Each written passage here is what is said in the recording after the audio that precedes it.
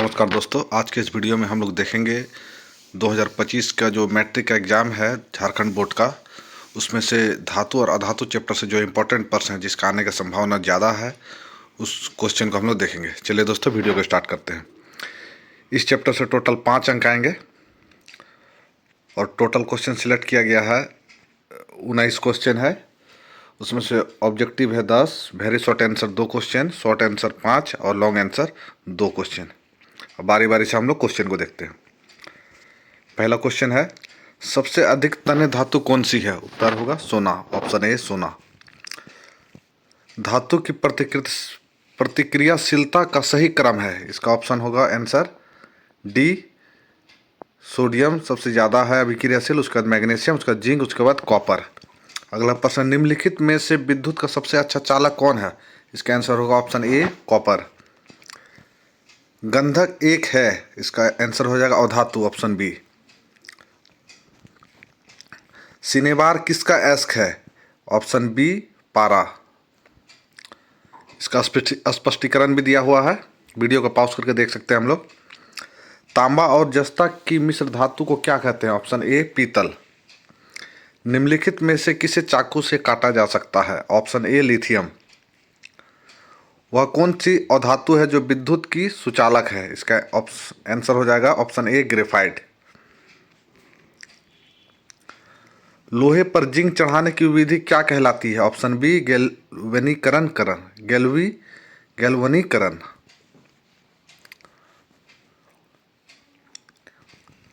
कौन सी धातु हथेली पर रखने पर पिघलने लगती है? Option D gallium.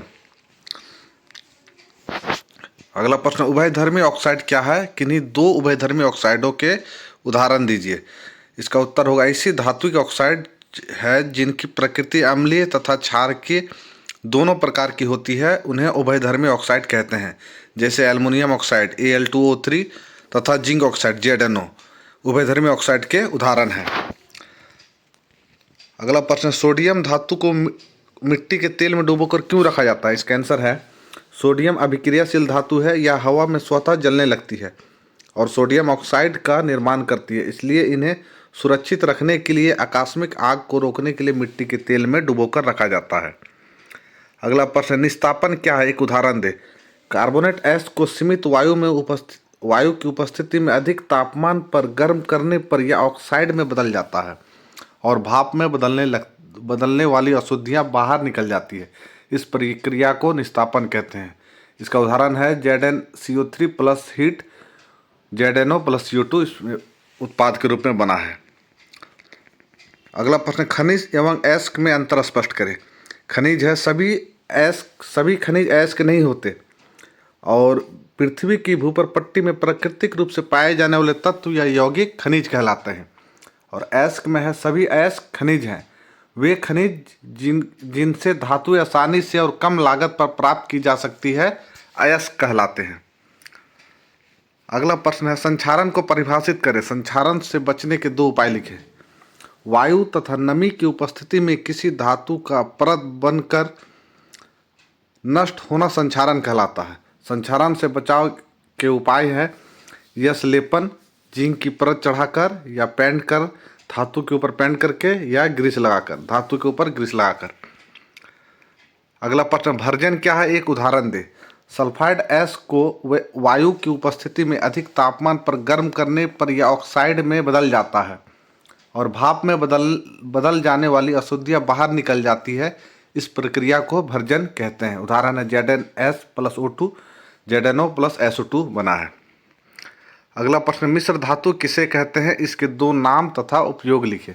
किसी धातु के किसी अन्य धातु अथवा अधातु से के साथ गलित अवस्था में मिलाने से जो समांगी मिश्रण प्राप्त होता है उसे मिश्र धातु कहते हैं।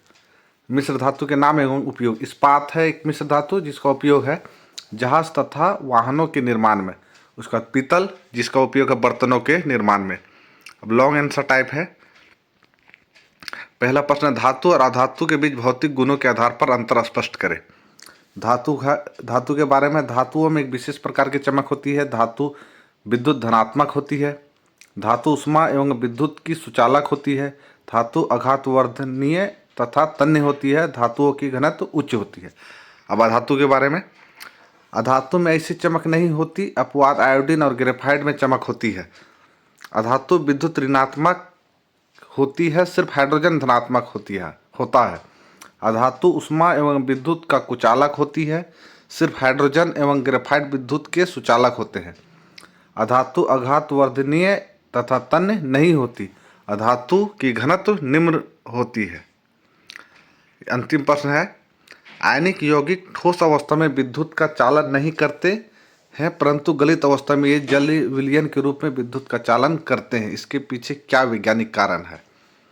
इसका उत्तर है, ठोस अवस्था में आयनिक यौगिक विद्युत का चालन नहीं करते हैं, क्योंकि ठोस अवस्था में संरचना के कारण आयन की गति संभव नहीं होती है।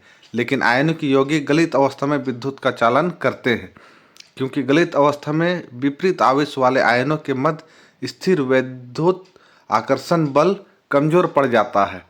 इसलिए आयन स्वतंत्र रूप से गमन करते हैं एवं विद्युत का चालन करते हैं। थैंक यू दोस्तों।